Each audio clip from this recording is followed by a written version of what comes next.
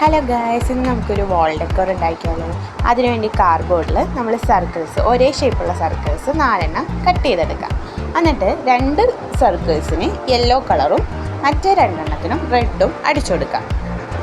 ഇതേപോലെ അപ്പോൾ നമുക്ക് കിട്ടും 4 സർക്കിൾസ്. എന്നിട്ട് ഇതിനൊക്കെ നമുക്ക് ഇമോജിയുടെ ഷേപ്പാണ്, ഇമോജി വരച്ചു കൊടുക്കാം. അപ്പോൾ ഫസ്റ്റ് നമ്മൾ 2 സ്മൈലി ഇമോജിയും ബാക്കി കുറച്ച് ആംഗ്രി സാഡും ആയിട്ടുള്ള ഇമോജിയാണ് റെഡിൽ വരച്ചു കൊടുക്കുക. ഇത് ഓക്കെ, എല്ലാം നമ്മൾ റെഡിയാക്കിയിട്ടുണ്ട്. ഇങ്ങനെ 4.